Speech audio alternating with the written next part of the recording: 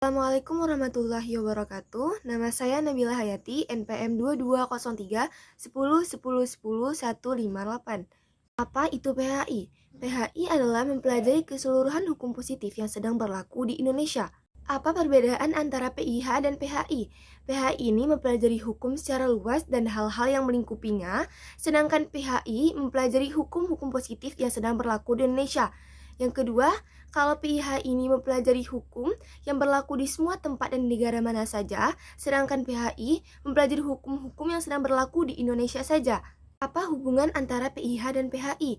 Antara PIH dan PHI sama-sama mempelajari tentang hukum.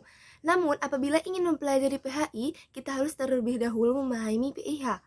Ketatanegaraan Republik Indonesia diawali dari masa sebelum kemerdekaan, yaitu pada masa terbentuknya BPUPKI atau Badan Penyelidik Usaha Persiapan Kemerdekaan Indonesia yang dibentuk pada tanggal 1 Maret 1945, lalu disahkan pada tanggal 29 April 1945. Mereka mengadakan 2 kali sidang. Sidang pertama pada tanggal 29 Mei sampai 1 Juni yang menghasilkan sebuah rumusan dasar negara atau Pancasila.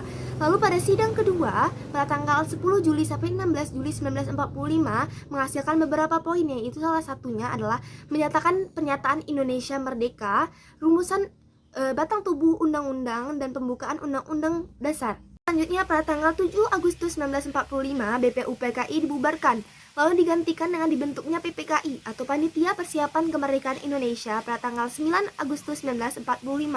Mereka mengadakan 3 kali sidang. Sidang pertama pada tanggal 18 Agustus 1945 yang mengesahkan pembukaan Undang-Undang Dasar 1945, lalu menjadikan Undang-Undang 1945 sebagai Undang-Undang Dasar Negara Republik Indonesia.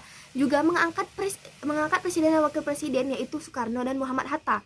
Lalu pada sidang kedua pada tanggal 19 Agustus 1945, Indonesia dibagi menjadi 8 wilayah, lalu juga membentuk 12 departemen. Lalu pada sidang ketiga membentuk sebuah Badan Keamanan Rakyat. Berdasarkan hasil sidang, BPKI pada tanggal 18 sampai 19 Agustus membuktikan bahwa Indonesia secara formal sudah memenuhi unsur-unsur terbentuknya sebuah negara. Sudah ada wilayah, rakyat, pemerintahan yang jelas, serta tujuan negara yang jelas. Indonesia mengalami beberapa kali perubahan pemerintahan dan bentuk negara. Pada masa awal kemerdekaan pada tahun 1945, bentuk negara Indonesia adalah NKRI atau Negara Kesatuan Republik Indonesia. Lalu Indonesia menggunakan Undang-Undang 1945 sebagai Undang-Undang Dasar Republik Indonesia. Dan juga sistem pemerintahan Indonesia adalah sistem presidensial atau yang dipimpin oleh presiden. Lalu selanjutnya pada tahun 1949, bentuk negara dan sistem pemerintahan Indonesia berubah drastis. Yang awalnya berbentuk NKRI, pada tahun 1949 ini Indonesia berbentuk RIS atau Republik Indonesia Serikat. Lalu yang pada awalnya menggunakan Undang-Undang 1945, pada tahun 1949 ini menggunakan Undang-Undang RIS atau Undang-Undang Republik Indonesia Serikat.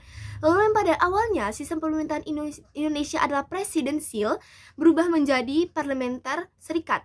Lalu selanjutnya pada tahun 1950 Indonesia sudah kembali menjadi bentuk semula, yaitu NKRI atau Negara Kesatuan Republik Indonesia.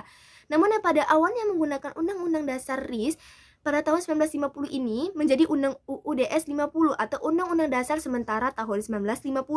Lalu yang pada awalnya sistem pemerintahannya adalah parlementer serikat, pada tahun 1950 ini menjadi parlementer kesatuan. Lalu selanjutnya 1959 atau pada masa Orde Lama, terjadinya dekret presiden pada tanggal 5 Juli 1959 yang poin-poinnya itu adalah pembubaran badan konstituense hasil pemilu pada tahun 1955, lalu menggunakan kembali Undang-Undang Dasar 1945 dan tidak digunakan lagi Undang-Undang Dasar Sementara 1950. Lalu sistem pemerintahan Indonesia kembali lagi menjadi presidensial. Selanjutnya pada tahun 1966 ini adalah masa Orde Baru. Indonesia sudah menggunakan Undang-Undang 1945 dan Pancasila dalam kehidupan sehari-hari secara murni. Begitulah sejarah ketatanegaraan Republik Indonesia. Indonesia mengalami beberapa kali perubahan, lalu juga kembali menjadi dan pada ujungnya kembali lagi menjadi Undang-Undang Dasar Undang-Undang 1945 dan lalu bentuk NKRI dan sistem pemerintahannya dipimpin oleh presiden. Sebutkan lembaga-lembaga negara hasil amandemen. Lembaga-lembaga negara hasil amandemen Ada yang pertama Presiden, kedua MPR, ketiga DPR, keempat DPD, lalu kelima BPK, lalu ada Mahkamah Agung, lalu ada Mahkamah Konstitusi, lalu ada Komisi Yudisial. Setelah diamandemen, Presiden tidak bertanggung jawab lagi kepada MPR dan DPR, namun Presiden bertanggung jawab langsung kepada rakyat. Lalu juga Presiden sebagai pemegang kekuasaan tertinggi memiliki kekuasaan atas angkatan laut, angkatan udara, dan juga angkatan darat. Presiden juga berhak memberikan gerasi, abolisi, amnesti, menyatakan perang, dan sebagainya. Lalu juga setelah amandemen, posisi atau tingkatan antara MPR, DPR dengan Presiden menjadi sejajar. Lalu Presiden juga berhak untuk mengajukan rancangan undang-undang kepada DPR. Lalu Presiden juga bisa mengadakan perjanjian internasional dengan negara-negara lain. Kedua adalah MPR atau Majelis Permusyawaratan Rakyat. Sebelum diamandemen, MPR adalah pemegang kekuasaan tertinggi. Namun setelah diamandemen, MPR bukanlah lagi pemegang kekuasaan tertinggi, namun kekuasaan tertinggi sudah berada di tangan rakyat. Lalu juga MPR berhak untuk menetapkan dan mengubah undang-undang dasar undang-undang. Lalu juga yang pada awalnya MPR bisa memilih presiden dan wakil presiden, namun setelah diamandemen MPR hanya bisa melantik presiden dan wakil presiden. Lalu ada DPR atau Dewan Perwakilan Rakyat, memiliki 3 fungsi. Ada fungsi legislasi, fungsi anggaran, dan fungsi pengawasan. Fungsi legislasi ini adalah mengajukan rancangan undang-undang, membahas undang-undang bersama presiden. Lalu fungsi anggaran adalah menyetujui rancangan anggaran dalam bentuk APBN yang diajukan presiden kepada DPR. Dan lalu DPR juga bisa mengusulkan pemberhentian presiden. Ada Dewan Perwakilan Daerah.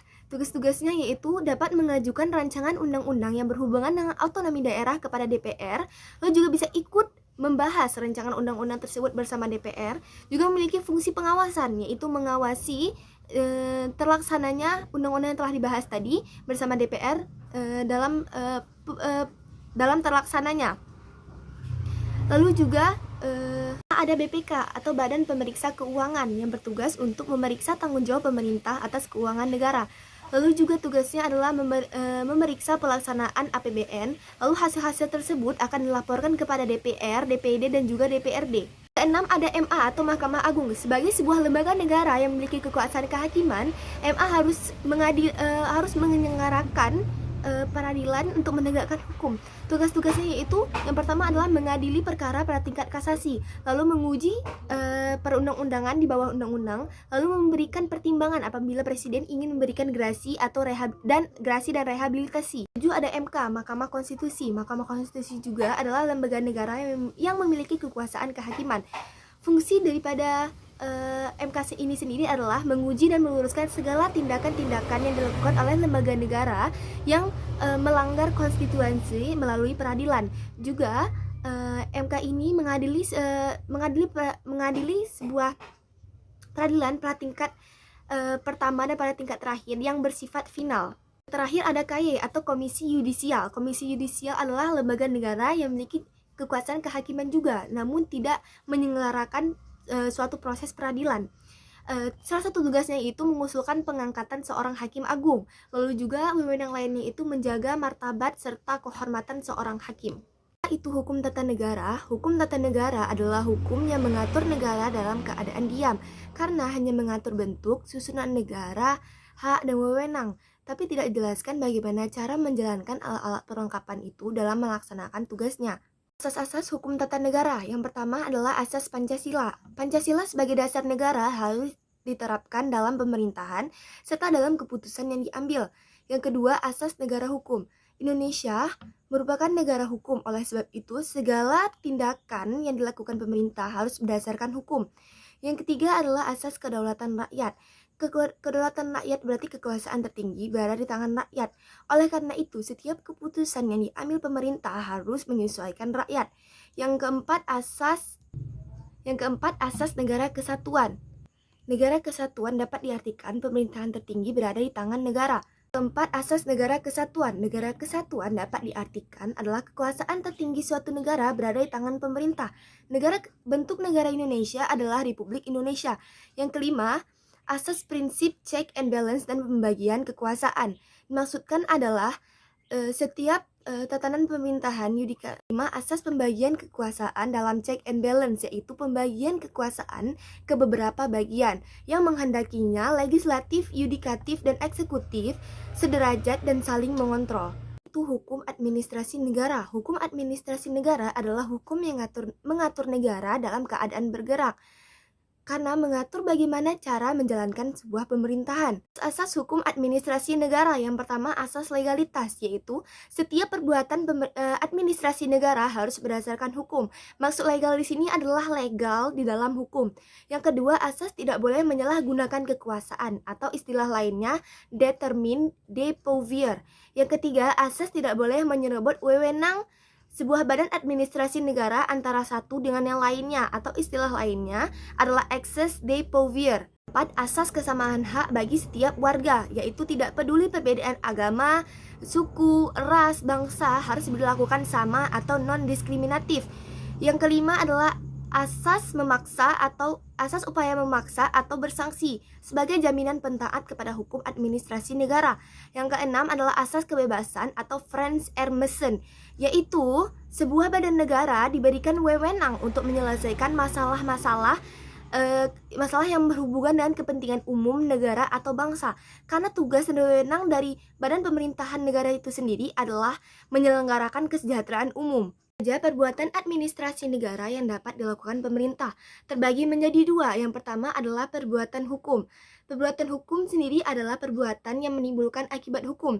Terbagi lagi menjadi dua. Yang pertama adalah perbuatan hukum menurut hukum perdata atau hukum privat, yaitu hukum yang di dalamnya mengatur hubungan antara satu orang dengan orang yang lainnya.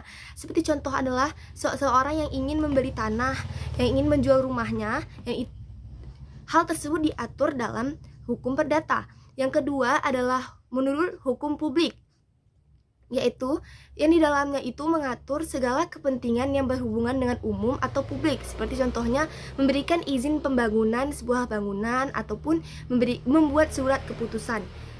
Dan lalu menurut hukum publik ini terbagi menjadi dua, hukum publik bersegi satu dan hukum publik bersegi dua. Hukum publik bersegi satu adalah hukum publik yang merupakan kehendak dari satu pihak saja, yaitu pemerintah, tidak melibatkan masyarakat.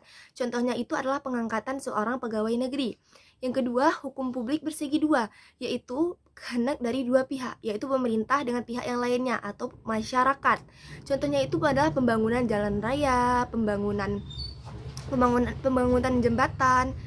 Lalu yang kedua adalah perbuatan bukan hukum, yaitu perbuatan yang tidak menimbulkan akibat hukum. Bagaimanakah cara penyelesaian sengketa kepegawaian? Sengketa kepegawaian merupakan salah satu bagian dari sengketa tata usaha negara. Menurut pasal 35 Undang-Undang Nomor 43 Tahun 1999 tentang perubahan atas Undang-Undang Nomor 8 Tahun 1974, terdapat dua cara penyelesaian sengketa kepegawaian. Yang pertama yaitu diselesaikan di peradilan tata usaha milik negara. Yang kedua adalah sengketa kepegawaian, yaitu adalah tindakan atas pelanggaran terhadap peraturan-peraturan disiplin pegawai negeri sipil, dapat diselesaikan melalui upaya banding administratif kepada Badan Pertimbangan Administratif. Itu hukum agraria adalah suatu bidang hukum yang mengatur hak-hak penguasaan atas sumber daya alam yang di dalamnya meliputi bumi, air, tanah, serta kekayaan alam yang terkandung di dalamnya, juga ruang angkasa. Asas hukum agraria yang pertama, asas kekuasaan tertinggi. Bumi, air, ruang angkasa, serta kandungan yang terkandung di dalamnya dikuasai oleh negara. Yang kedua, asas mengutamakan kepentingan nasional atau negara daripada kepentingan perseorangan atau golongan. Yang ketiga, asas hak atas tanah memiliki fungsi sosial. Yang keempat, asas persamaan yang sama dalam memperoleh hak atas tanah. Kelima, asas land reform. Keenam, asas hak tata guna tanah. Ketujuh, asas pembagian horizontal. Apa itu pajak? Pajak adalah iuran kepada negara yang terutang oleh wajib pajak yang membayarnya, yang diatur berdasarkan undang-undang dengan tidak mendapatkan prestasi atau balas jasa kembali secara langsung. Itu hukum pajak. Hukum pajak adalah himpunan peraturan-peraturan yang mengatur hubungan antara pemerintah dengan wajib-wajib pajak, antara lain siapa-siapa dalam hal apa dikenakan pajak, timbulnya kewajiban pajak, bagaimana cara menagihnya, dan bagaimana cara pemungutannya, dan sebagainya. Sekian dari saya, mohon maaf apabila ada perkataan dan perbuatan yang kurang mengenang, mohon dimaafkan. Assalamualaikum warahmatullahi wabarakatuh.